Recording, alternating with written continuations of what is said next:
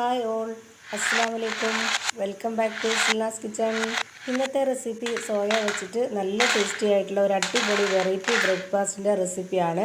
അപ്പോൾ നമുക്ക് ഈ ഒരു സോയ വെച്ചിട്ട് നല്ല ടേസ്റ്റി ആയിട്ടുള്ള ഒരു വെറൈറ്റി സോയ ചപ്പാത്തി തയ്യാറാക്കിയെടുക്കാം. നല്ല ടേസ്റ്റാണ് ഇത് കഴിക്കാനായിട്ട്. ഈ ഒരു രീതിയിൽ നമ്മൾ തയ്യാറാക്കി എടുക്കുകയാണെന്നുണ്ടെങ്കിൽ പ്രത്യേകിച്ച് കറികളുടെ ഒന്നും ആവശ്യമില്ല. ഇനി കറികളുടെ കൂടെ തന്നെ കഴിക്കണം എന്നുള്ളവർക്ക് ഏത് കറിയും ചേരും. ആ ഒരു രീതിയിലാണ് നമ്മളിത് തയ്യാറാക്കിയെടുക്കുന്നത്. അപ്പോൾ ഞാനിവിടെ ഈ ഒരു സോയ എടുത്തിട്ടുള്ളത് 250 ml കപ്പിൻ്റെ അളവിൽ 2 കപ്പ് സോയ അതുപോലെ ഒരു പാത്രത്തിലേക്ക് ഇട്ട് വെച്ചിട്ടുണ്ട്. എന്നിട്ട് ഇതിലേക്ക് കുറച്ച് വെള്ളം ഒഴിച്ചു വെച്ചതിന് ശേഷം അതൊന്ന് കുതിരാനായിട്ട് വെച്ചിട്ടുണ്ട്. അങ്ങനെ ഇത് കുതിരാനായിട്ട് വെച്ചിരുന്നതിന് ശേഷം ഒരു 2 മണിക്കൂർ കഴിഞ്ഞെടുക്കുമ്പോഴത്തേക്ക് ഇതുപോലെ നന്നായിട്ട് കുതിർന്ന് കിട്ടും. അങ്ങനെ സോയ ഇതുപോലെ കുതിർന്ന് കിട്ടിയതിന് ശേഷം നമുക്കിത് നന്നായിട്ടൊന്ന് കഴുകിയെടുക്കണം. അങ്ങനെ 3-4 പ്രാവശ്യം കഴുകിയെടുത്തതിന് ശേഷം ആ ഒരു വെള്ളം കൂടെ ഇതിൽ നിന്ന് നന്നായിട്ട് പിഴിഞ്ഞ് ഇതുപോലെ വേറൊരു പാത്രത്തിലേക്ക് മാറ്റണം. ഒട്ടും തന്നെ വെള്ളത്തിൻ്റെ അംശമില്ലാതെ നമുക്കിതുപോലെ പിഴിഞ്ഞ് വേറൊരു പാത്രത്തിലേക്ക് മാറ്റാവുന്നതാണ്. നമ്മുടെ ഈ ഒരു വീഡിയോസ് കണ്ടുകൊണ്ടിരിക്കുമ്പോൾ തന്നെ സിൽനാസ് കിച്ചൺ ചാനൽ ആദ്യമായിട്ട് കാണുന്നവരും ഇതുവരെയും കണ്ട് സബ്സ്ക്രൈബ് ചെയ്യാത്തവരും പ്ലീസ് ഒന്ന് സബ്സ്ക്രൈബ് ചെയ്തേക്കണേ. ഒപ്പം തന്നെ നിങ്ങൾക്ക് ഈ വീഡിയോ ഇഷ്ടപ്പെടുകയാണെങ്കിൽ ഒരു ലൈക്ക് ചെയ്യാനും മറക്കരുത്.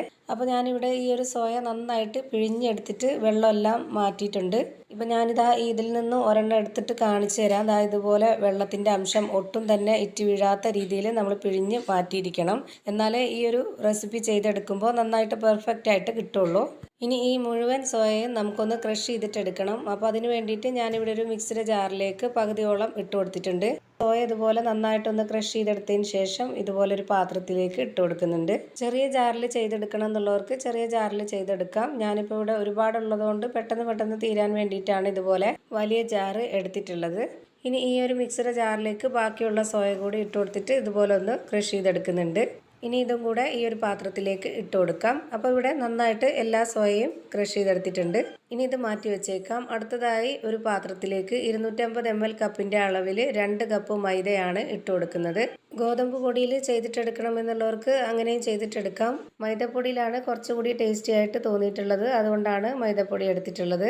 ഇതുപോലെ ഓരോ കപ്പ് മാവും നിറച്ചിട്ടാണ് എടുത്തിട്ടുള്ളത്. അതുപോലെ തന്നെ എടുക്കാൻ നോക്കുക. ഇനി ഇതുപോലെ ചെറിയൊരു സ്പൂൺ അളവിൽ 1 സ്പൂൺ കുരുമുളക് പൊടിയും 1/4 സ്പൂൺ ഗരം മസാലപ്പൊടിയും കുറച്ച് കറിവേപ്പിലയും ഞാനിതിലേക്ക് ഇട്ട് കൊടുത്തിട്ടുണ്ട്. കറിവേപ്പില കട്ട് ചെയ്തിട്ടാണ് ഇട്ട് കൊടുത്തിട്ടുള്ളത്. പിന്നെ ഇതിലേക്ക് ആവശ്യത്തിനുള്ള ഉപ്പും കൂടെ ഇട്ട് കൊടുത്തിട്ട് ആദ്യം ഇതെല്ലാം കൂടി നന്നായിട്ടൊന്ന് ഈ ഒരു പൊടിയിൽ മിക്സ് ചെയ്തിട്ടെടുക്കാം. ഇതുപോലൊരു വിസ്ക് വെച്ചിട്ടോ അല്ലാന്നുണ്ടെങ്കിൽ കൈ കൊണ്ട് തന്നെ നന്നായിട്ടൊന്ന് മിക്സ് ചെയ്തിട്ടെടുക്കാം. ഇനി ഈ ഒരു മൈദപ്പൊടിയിലേക്ക് നമ്മൾ നേരത്തെ പൊടിച്ച് വെച്ചിരുന്ന ആ ഒരു സോയ ഇട്ട് കൊടുക്കാം. പിന്നെ ഇതിലേക്ക് ഇതേപോലെ 2 സ്പൂൺ അളവിൽ ഓയിലാണ് ഒഴിച്ചു കൊടുക്കുന്നത്. ബട്ടറോ നെയ്യോ ഉരുക്കി ഒഴിച്ചു കൊടുക്കണം എന്നുണ്ടെങ്കിൽ അങ്ങനെ ഒഴിച്ചു കൊടുക്കാം, കുഴപ്പമൊന്നുമില്ല. എന്നിട്ട് ഇത് ആദ്യം തന്നെ കൈകൊണ്ട് നന്നായിട്ടൊന്ന് മിക്സ് ചെയ്തിട്ടെടുക്കാം. എന്നതിന് ശേഷം പിന്നെ നമുക്കറിയാൻ പറ്റും എത്രയാണ് ഇതിലേക്ക് വെള്ളം ഒഴിച്ചു കൊടുക്കേണ്ടതെന്ന്. അപ്പോൾ ഞാനിവിടെ എല്ലാം തന്നെ നന്നായിട്ടൊന്ന് മിക്സ് ചെയ്തിട്ടെടുത്തിട്ടുണ്ട്. ഇനി നമുക്ക് ഇതിലേക്ക് ഒഴിച്ചു കൊടുക്കേണ്ടത് 250 ml കപ്പിൻ്റെ അളവിൽ ഒരു 1/4 കപ്പ് വെള്ളം ആദ്യം ഒഴിച്ചു കൊടുത്തിട്ടുണ്ട്. എന്നിട്ട് ഇതൊന്ന് കുഴച്ച് നോക്കാം. എന്നിട്ട് പോരാന്നുണ്ടെങ്കിൽ മാത്രം ഒഴിച്ചു കൊടുത്താൽ മതി. അപ്പോൾ ഇത് തയ്യാറാക്കാനായിട്ട് ഈ ഒരു 1/4 കപ്പ് വെള്ളം തന്നെ കറക്റ്റ് ആയിട്ടുണ്ട്. ഇനി ഇതിലേക്ക് വേറെ വെള്ളമൊന്നും വേണ്ട. ഇങ്ങനെ മാവൊന്ന് കുഴച്ചെടുത്തതിന് ശേഷം ഇനി നമ്മുടെ കയ്യിലേക്ക് കുറച്ച് ഓയിലോ നെയ്യോ അല്ലാന്നുണ്ടെങ്കിൽ ബട്ടർ ഉരുക്കിയതോ എന്തെങ്കിലും ഒന്ന് സ്പ്രെഡാക്കിയതിന് ശേഷം നമുക്ക് എത്ര വലിപ്പത്തിലുള്ള ചപ്പാത്തിയാണോ തയ്യാറാക്കിയെടുക്കേണ്ടത് ആ ഒരു വലിപ്പത്തിൽ നമ്മൾ ഇതുപോലെ മാവൊന്ന് ഉരുട്ടിയിട്ടെടുക്കുക. അപ്പോൾ ഞാനിവിടെ ഇത്രയും വലിപ്പത്തിലാണ് ഈ ഒരു മാവ് എടുത്തിട്ടുള്ളത്. ഇനി നമുക്കിത് പരത്തിയെടുക്കാൻ വളരെ എളുപ്പമാണ്. ഞാൻ ഇതുപോലെ ഒരു തട്ടിലാണ് കുറച്ച് ഓയിൽ ഒഴിച്ചു കൊടുത്തതിന് ശേഷം കൈകൊണ്ട് തന്നെ ഈ ഒരു രീതിയിലൊന്ന് പരത്തി കൊടുക്കുകയാണ് ചെയ്യുന്നത്.